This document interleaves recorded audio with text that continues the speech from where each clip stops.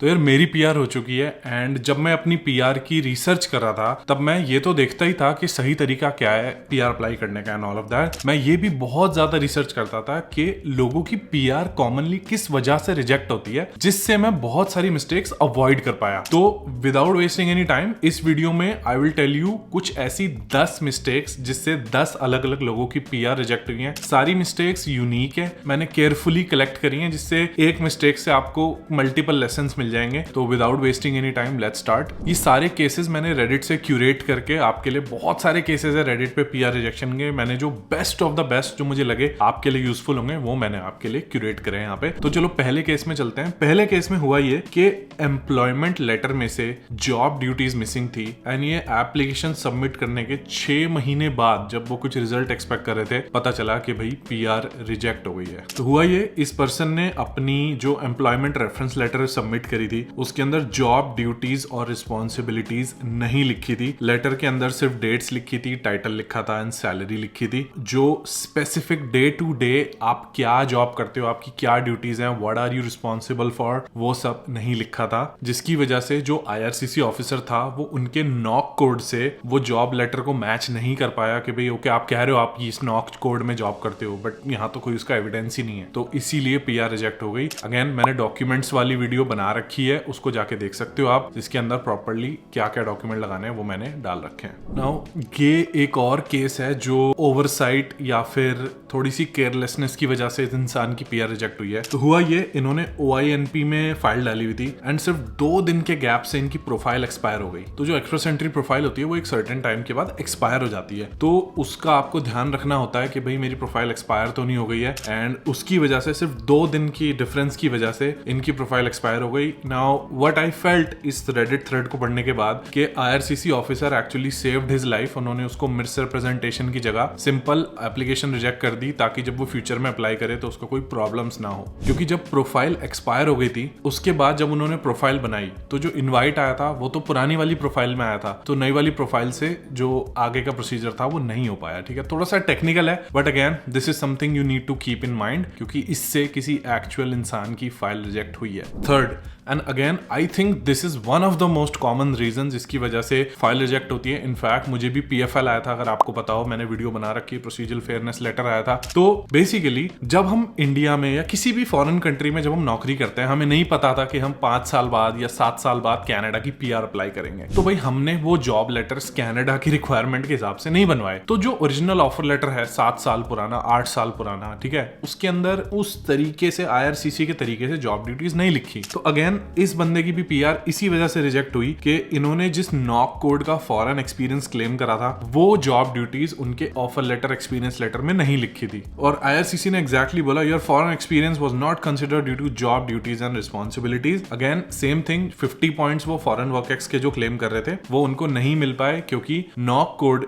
जो उन्होंने बोला था कि मैं फॉरेन में बैक होम ये काम करता था वो वेरीफाई ही नहीं हो पाया आपके ऑफर लेटर से जो 7 साल पहले इशू हुआ। अब बैकडेट तो कुछ कर नहीं सकते, तो इसका इजी सोल्यूशन ये होता है कि अगर आपके अच्छे रिलेशन है, आप एक अपडेटेड न्यू लेटर ले लो, कंफर्मेशन ऑफ एम्प्लॉयमेंट, कि ये पर्सन हमारे साथ एम्प्लॉयड था आज से कई साल पहले एंड ये सारी ड्यूटीज करता था। इसीलिए भाई किसी से बिगाड़ा मत करो, किसी भी एम्प्लॉयर से बिल्कुल बिगाड़ा मत करो। यू नेवर नो कब तुम्हें क्या डॉक्यूमेंट की जरूरत पड़ जाए। हर किसी से बना के रखा करो, हर किसी से एक IOUs बना के रखा करो, ठीक है। नाउ अगले इंसान की PR जो रिजेक्ट हुई वो रिजेक्ट हुई IRCC के खुद के एरर की वजह से, या फिर जो डॉक्यूमेंटेशन थी वो प्रॉपर नहीं थी। कुछ एक कंफ्यूजन के चलते उस इंसान की PR रिजेक्ट हो गई। उन्होंने 1 साल का फॉरेन वर्क एक्सपीरियंस के लिए पॉइंट क्लेम किए थे, हाउएवर डॉक्यूमेंट्स उन्होंने थोड़े से 1 साल के ज्यादा के लगाए थे। अब ऐसा तो नहीं कि कोई 11 महीने 29 डेज एग्जैक्टली काम करेगा, जितने टाइम जॉब करी उतने टाइम जॉब करी। तो उन्होंने जो भी डॉक्यूमेंट्स लगाए थे बेसिकली वो पॉइंट्स 1 साल के क्लेम करना चाहते थे। I don't know what happened, जो IRCC ऑफिसर है उनको लगा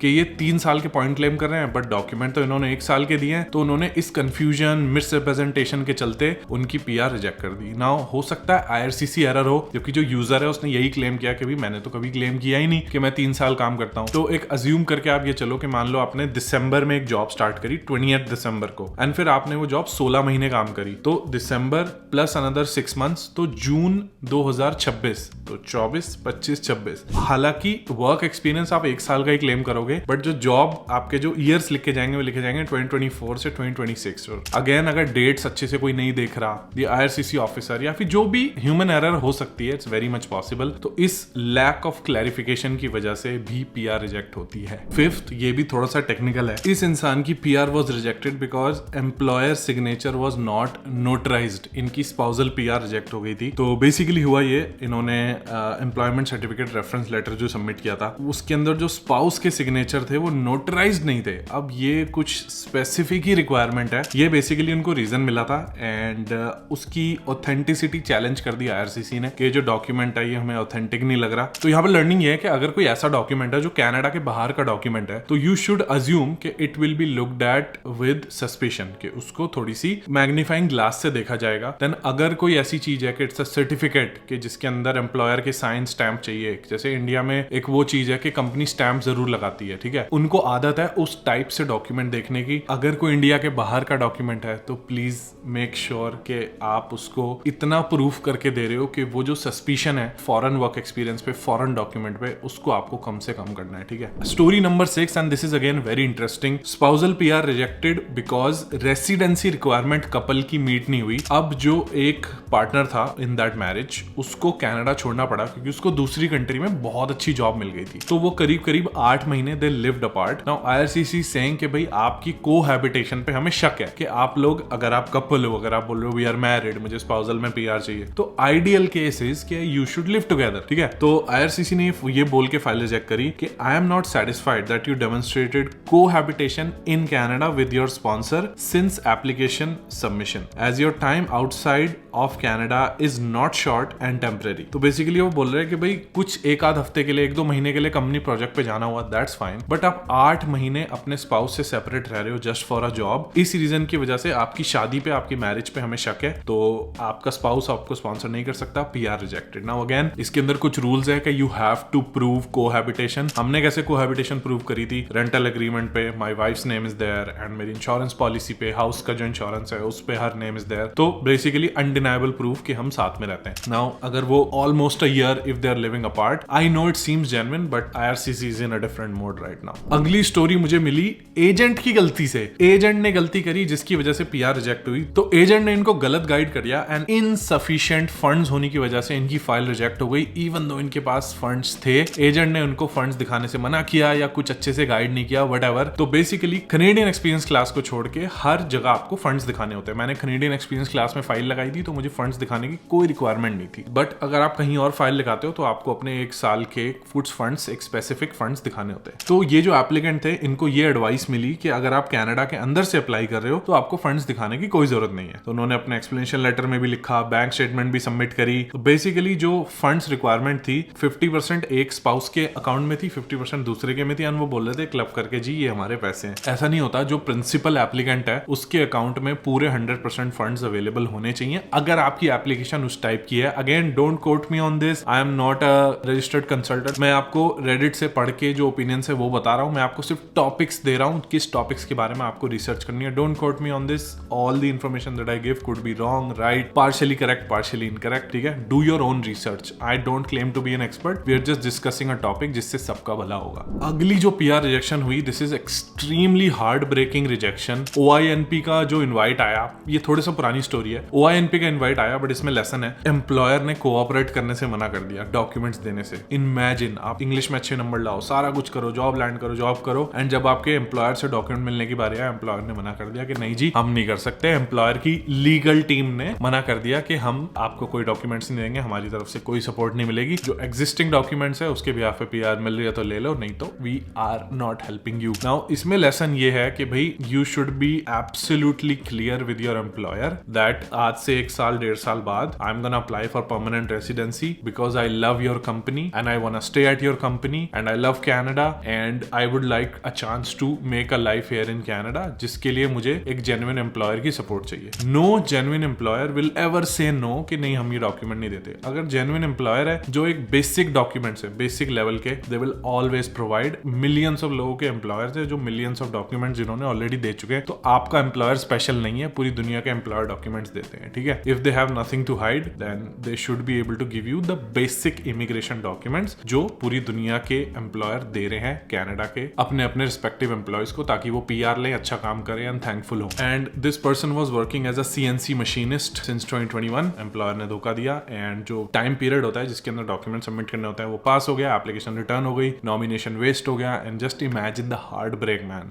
ठीक है। नेक्स्ट एक किसी ने स्टोरी शेयर करी कि भाई मिस रिप्रेजेंटेशन का बैन लगा स्टार्टअप वीजा वालों पे, तो अगर कोई बिजनेस के तहत वीजा लेना चाह रहा है तो उनको भी बता दूं। तो इन्होंने पैंडेमिक से पहले इन्होंने कोई बिजनेस बाय किया होगा, तो इन्होंने बोला कि I own and operate a business with 60 employees across 3 cities. अब उनको 5 साल का बैन लग गया क्योंकि जब पैंडेमिक आया तो बहुत सारा स्टाफ ले ऑफ करना पड़ा, लोकेशंस कम करनी पड़ी, तो जो उनकी टोटल एप्लीकेशन पैकेज था उसमें सिग्निफिकेंट चेंजेस आ गए। ये स्टोरी मैं आपको सिर्फ स्टार्टअप वीजा के चलते नहीं बता रहा, मैं आपको कुछ इंपॉर्टेंट मैसेज देना चाहता हूँ इस स्टोरी से कि उन्होंने बहुत सारे स्टोर बंद करे, बहुत से एम्प्लॉय फायर करे। This is a material change, this is a significant change in your application and आपको आईआरसीसी को इन्फॉर्म करना पड़ेगा कि हे पैंडेमिक की वजह से पूरी दुनिया को पता है पैंडेमिक है, ये चेंजेस हैं, कुड यू मतलब जो भी है मेरी सिचुएशन में ये चेंज है, आपको आईआरसीसी को इन्फॉर्म करना था, उन्होंने नहीं किया। एंड अगर इतना बड़ा बिजनेस है तो आईआरसीसी जाके चेक करा या कॉल करा एंड दे फाउंड आउट कि नहीं जो इन्होंने ओरिजिनली एप्लीकेशन में लिखा था उसके बाद कोई अपडेट नहीं दिया and this is false. Now what I want to tell you is कि अगर आपकी सिचुएशन में कोई मटेरियल चेंज है, आपको टेम्पररी कनाडा से बाहर जाना पड़ रहा है, या आपकी स्पाउसल पीआर आपने अप्लाई करी थी, now you are not with your partner any more, या फिर आपके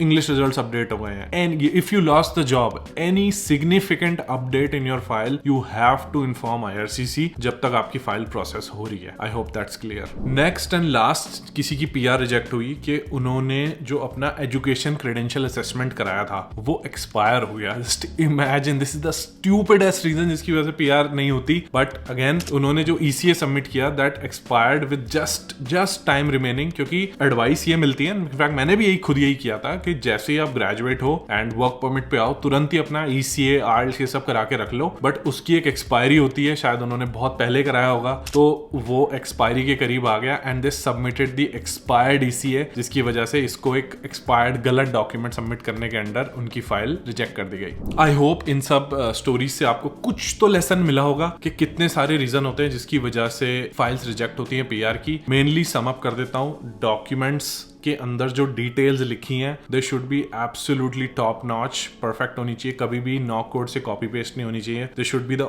own version of the employers duties. उसके बाद एम्प्लॉयर की सपोर्ट बहुत जरूरी है भाई, एंड अगर आपकी एप्लीकेशन में कोई मटेरियल चेंज है you need to keep a track of it and inform IRCC. And documents expire हो रहे हैं तो जैसे आईएलटीएस एक्सपायर होता है, ईसीए एक्सपायर होता है, बहुत सारी चीजें होती हैं जो जिसपे एक्सपायरेशन डेट के साथ डॉक्यूमेंट इश्यू होता है, तो you need to keep a track कि भाई विद इन उस एक्सपायरेशन पीरियड में आप एप्लीकेशन डाल दो। एप्लीकेशन डालने के बाद वो एक्सपायर होता है, आईआरसीसी की प्रोसेसिंग टाइम में एक्सपायर होता है, no problems at all, but the day you were submitting the application you need to be sure everything is valid. ठीक है, थैंक यू सो मच ये वीडियो देखने के लिए। आई एम कॉन्फिडेंट कि इस वीडियो से किसी ना किसी को कोई ना कोई डायरेक्शन गाइडेंस जरूर मिली होगी कि जब आप पीआर अप्लाई करोगे आप बहुत ज्यादा विजिलेंटली अप्लाई करोगे। आई हैव अ रिक्वेस्ट, मैंने 3-4 वीडियो बनाई है इस पीआर प्रोसेस के लेकर, डॉक्यूमेंटेशन, सही एजेंट को कैसे सेलेक्ट करें, टोटल कॉस्ट, उसको जाके जरूर देखना, उसके अंदर बहुत सारी अच्छी इंफॉर्मेशन है ताकि आप मिसगाइड ना हो कभी भी। ठीक है, वीडियोस यहाँ पे मिल जाएंगी, लिंक्स नीचे मिल जाएंगे। Thank you so much, bye bye and I will see you in the next video.